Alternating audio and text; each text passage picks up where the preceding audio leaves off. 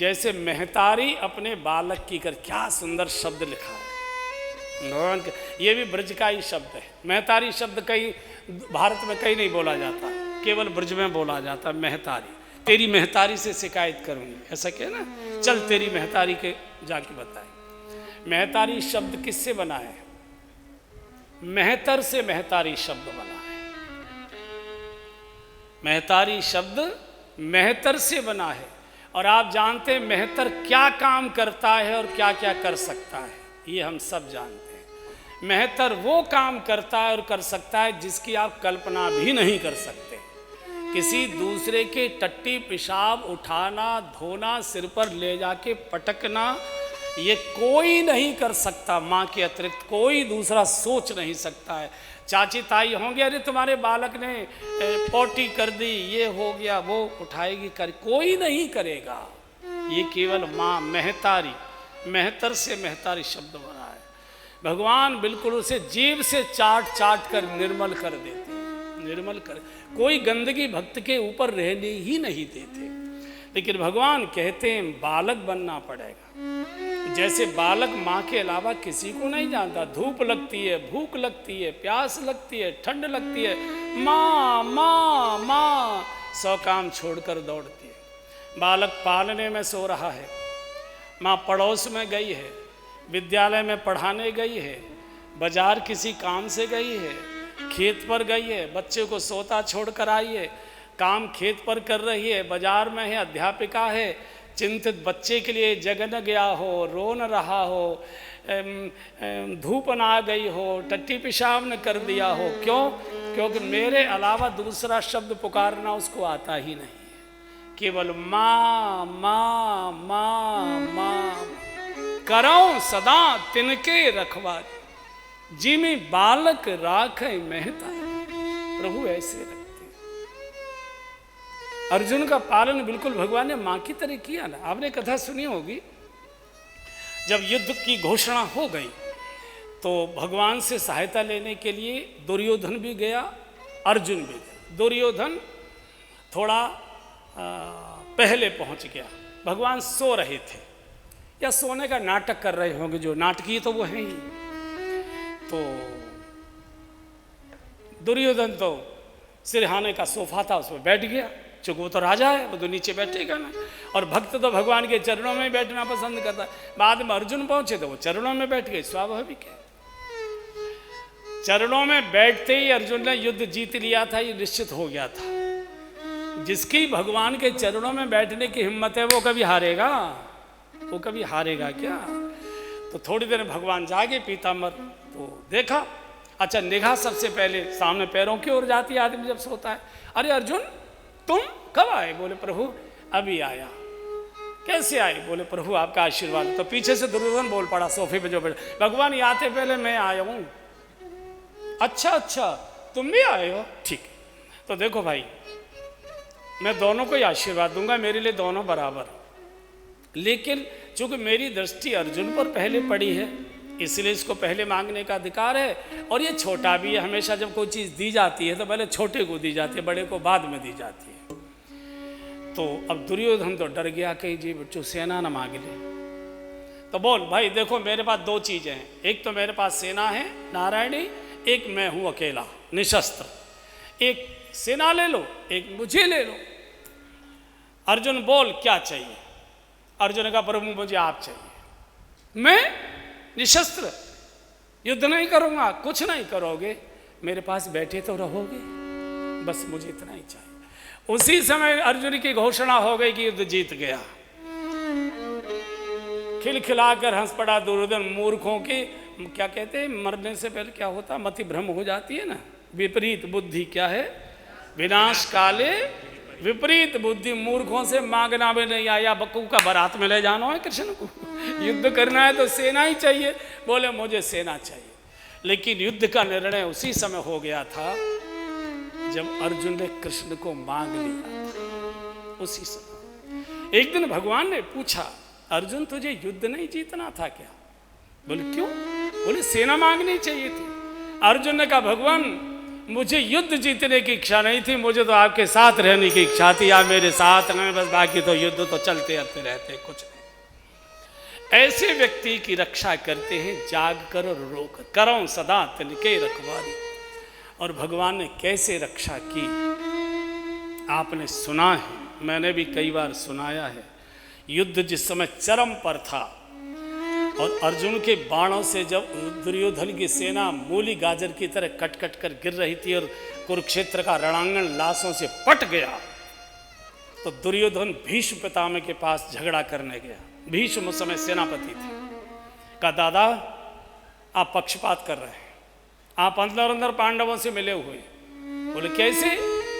बोले आप सेनापति हैं और आपके सेनापतित्व में मेरी सेना की ये दुर्दशा हो रही है, गाजर मूली की तरह मेरी सेना कट रही है, आप आधे मन से युद्ध कर रहे हैं। अब भीष्म एकदम क्रोध में आ गए। अच्छा तुझे लगता है मैं पक्षपाती हूं, आधे मन से युद्ध की सेना युद्ध कर रहा हूं? जा कल मेरा युद्ध देखना। चंद्र टरे सूरज टरे टरे जगत व्यवहार, और कल का रणांगण देखने लायक होगा। दुर्योधन खड़े होकर देखना, लाशों से तो पटेगा ही, सूर्यास्त तब होगा जब रणांगण में अर्जुन की लाश गिर जाएगी। अब भीष्म की प्रतिज्ञा तो झूठी हो नहीं सकती, वो तो सूर्य अपना मार्ग बदल सकता है, भीष्म का तो असत्य हो नहीं सकता। कौरवों में तो नगाड़े बज गए, पांडवों में शोक छा गया, चूंकि भीष्म की प्रतिज्ञा झूठी हो नहीं सकती। और अर्जुन न रहा तो महाभारत कोई का अर्थ नहीं है। क्या करे क्या करे, शिविर में से मशाले बुझा दी, भोजनालय बंद हो गया रात्रि का पांडव शिविर में। और सबसे ज्यादा अगर कोई चिंतित थे तो भगवान श्री कृष्ण थे। कृष्ण को ये चिंता हुई कल क्या होगा। भीष्म की प्रतिज्ञा झुटलाई नहीं जा सकती है और अर्जुन को मरवाया नहीं जा सकता है, और दोनों विरोधाभासी है। अर्जुन भी जीवित रहे और भीष्म की प्रतिज्ञा भी सत्य रहे, ये कैसे हो, ये कैसे हो। और भगवान इधर से उधर इधर से उधर, नींद नहीं आई तो शिविर के बाहर टेंट के बाहर ऐसे बार बार पसीना पीताम्बर से पहुंचे। रात का 1 बज गया। भगवान जब बहुत आकुल हुए, भगवान ने सोचा चलो अर्जुन को देखते क्या कर रहा है, रो रहा है, बैठा है, घबरा रहा है, क्या कर रहा है। टेंट उघाड़ कर रहा था, खर्राटे लेकर सो रहा था। भगवान ने कहा कमाल है भैया तेरो, कल मरनो और खर्राटे लेके सो रहे हैं। तो भगवान ने कहा ये पार्थ है अर्जुन, हड़बड़ा के उठा, क्या बात है गोविंद अभी सोई नहीं? अरे वो तू सोने की बात करता है, मेरी हालत देख क्या, तुझे नींद कैसे आ रही है? अरे बहुत गहरी नींद आ रही थी, आज बहुत थक गया, क्यों जगा दिया? अरे पगले तुझे मालूम नहीं भीष्म प्रतिज्ञा हो चुकी है? बोले हाँ मालूम है। तो तू ये नहीं जानता है कि भीष्म प्रतिज्ञा झूठी नहीं हो सकती? बोले हाँ ये भी मालूम, भीष्म प्रतिज्ञा झूठी नहीं हो सकती। तो तुझे ये नहीं मालूम है कि कल तेरी मौत होने वाली है? बोले ये भी मालूम है कि कल मैं मरने वाला हूं। तो नाक पकड़ी भगवान ने अर्जुन की और कहा पगले जब तुझे मालूम है कि भीष्म प्रतिज्ञा झूठी नहीं हो सकती और कल तेरी मौत होने वाली है, इसके बाद भी तू इतना चैन से सो कैसे रहा है? तुझे नींद कैसे आ रही है? अर्जुन बैठ गया और अर्जुन ने भगवान के चरण पकड़कर कहा गोविंद ये प्रश्न आप मुझसे करते हो कि तू चैन से सो क्यों रहा है? अरे जब मुझे मालूम है कि मुझे बचाने वाला बेचैन होकर जाग रहा है तो मुझे जागने की जरूरत क्या है? मैं तो चैन से सोवे सुख तुलसी भरोसे सीताराम। भक्त की रक्षा भगवान कितने नीचे गिरकर, कितने नीचे गिरकर। जब भीष्म दादा ने प्रतिज्ञा कर ली कि कल ऐसा होगा, शस्त्र कैसे गए, क्या हो क्या न हो, तो द्रौपदी ने, भगवान ने कहा द्रौपदी अब तुम कर सकती हो, भीष्म दादा से अपने सुहाग का वरदान लेकर आओ, तुम उनका वरदान असत्य नहीं होगा। महाराज कैसे दुश्मन के शिविर में मैं कैसे जाऊं, कौन जाने देगा? बोले इसकी व्यवस्था मैं करूंगा, तुम तैयार हो जल्दी से जाओ।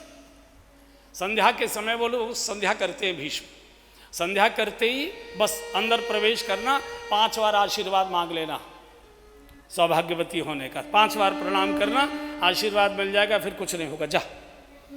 अब देखिए कृष्ण कितना खतरा मोल ले रहे हैं इस समय।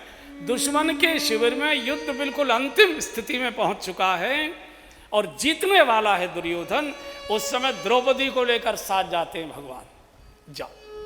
और धीरे धीरे पहुंच गए। बोले अच्छा हाँ, ये बात दुर्योधन की पत्नी जब गई थी तो उसको कहा कि आशीर्वाद, वहाँ दुर्योधन से कहा था भीष्म ने कि आज सायंकाल संध्या के बाद अपनी पत्नी को भेजना, तो मैं उसे सौभाग्यवती का आशीर्वाद दे दूंगा, फिर तू जीवित रहेगा, चिंता मत कर, सेना को तो जाने दे, तू जीवित रहेगा। ये बात भगवान कृष्ण को पता लग गई। बोले द्रौपदी तू पहले पहुंच, जैसे हो। अगर वो दुर्योधन की पत्नी को ये आशीर्वाद हो गया तो फिर 100 कृष्ण और 100 अर्जुन भी को जीत नहीं पाएंगे युद्ध को। बोले मैं कैसे जा सकती हूँ?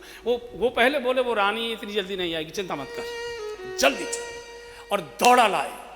बीच संध्या का समय बैठे थे, चप्पल द्रौपदी बाहर उतार गई। भगवान ने सोचा इसी बीच में कौरव कुल के कोई आ गए और द्रौपदी की चप्पल पहचान में आ गई तो बवंडर हो जाएगा। तो भगवान ने द्रौपदी की चप्पल ली, पीताम्बर में लपेटे और बगल में लगा के, बहुत बड़ा पुराना पीपल का पेड़ खड़ा था कुरुक्षेत्र के मैदान में, अभी भी है वो पेड़, तो उसके पीछे 8 में खड़े हो गए। अगर मैं भी देख गया तो अभी बवंडर हो जाएगा कि कोई इनको जोड़ तड़ करने आया है ये खड़े। द्रौपदी उनके टेंट में प्रवेश कर गई। भीष्म बैठे, संध्या पूर्ण हुई और भीष्म ने जैसे ही इस ओम शांति शांति तीसरी बार शाही बोल पाए थे, द्रौपदी ने माथा टेका, दादा श्री चरणों में प्रणाम करती हूँ। आंख बंद थी दादा की, नेत्र बंद थे। सोचा कि दुर्योधन की पत्नी आई होगी, आज उसी को बुलाया था मैंने। हाथ उठाकर आशीर्वाद दे दे बिटिया, सौभाग्यवती रहो। इसने दूसरी बार प्रणाम किया, दादा श्री चरणों में प्रणाम करती हो, बेटी आशीर्वाद है, सुहाग बना रहे तुम्हारा। तीसरी बार कहा दादा श्री चरणों में अरे बोल तो दिया भैया, आशीर्वाद मेरा, सौभाग्यवती रहो। चौथी बार कहा दादा श्री चरणों में प्रणाम करती हूँ। अरे भाई कितनी बार करोगे, आशीर्वाद मेरा। 5वीं बार बोली दादा श्री चरणों में प्रणाम, सौभाग, बस इतना ही बोल पाए थे, आधा गा, बस सौभाग।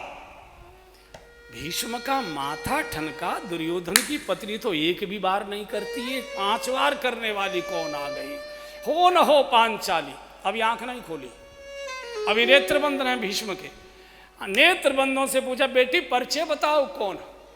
बोले दादा आपकी कुलवधू द्रौपदी आपके चरणों में प्रणाम करने आई। इतना कहना था, भीष्म ने माथा पीटा, धरती पर सिर को बहुत कई बार पटका। तूने क्या कर दिया द्रौपदी? तूने तो युद्ध का निर्णय कुटिया में ही कर दिया, तू यहां तक आई कैसे ये बता, तू पहुंची कैसे? द्रौपदी का मैं नहीं आ सकती थी, भगवान द्वारिका नाथ लेकर आए हैं। श्री कृष्ण कहाँ हैं?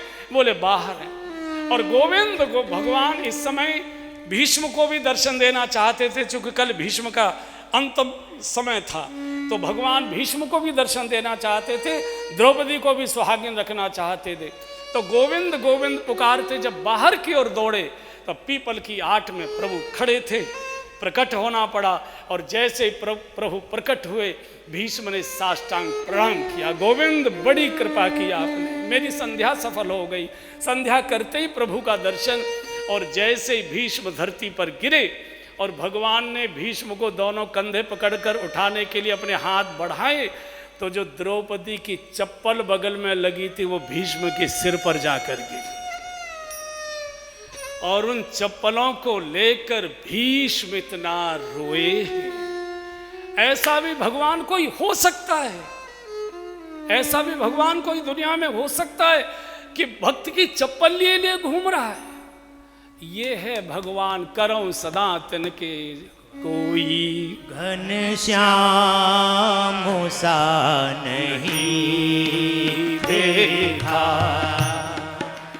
कोई घनश्याम सा नहीं देखा, जो भी देखा वो बेवफा देखा, जो भी देखा वो बेवफा देखा, कोई घनश्याम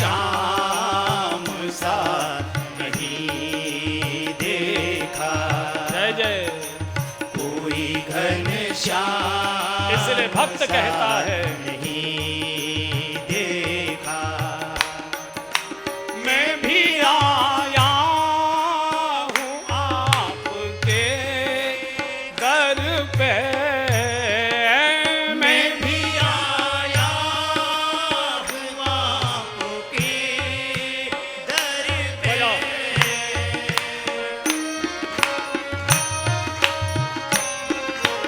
घंटी बजाओ।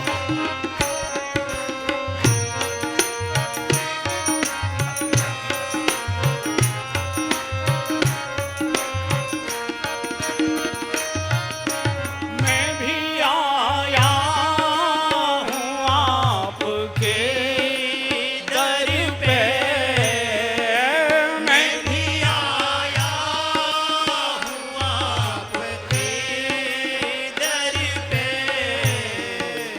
जब कोई आसरा नहीं देखा, जब कोई आसरा नहीं देखा। एक ही आसरा है जो बेसहारा नहीं होता। इसी से अपने को जोड़िए और आज कथा को यही विराम, समय भी पूरा हो गया।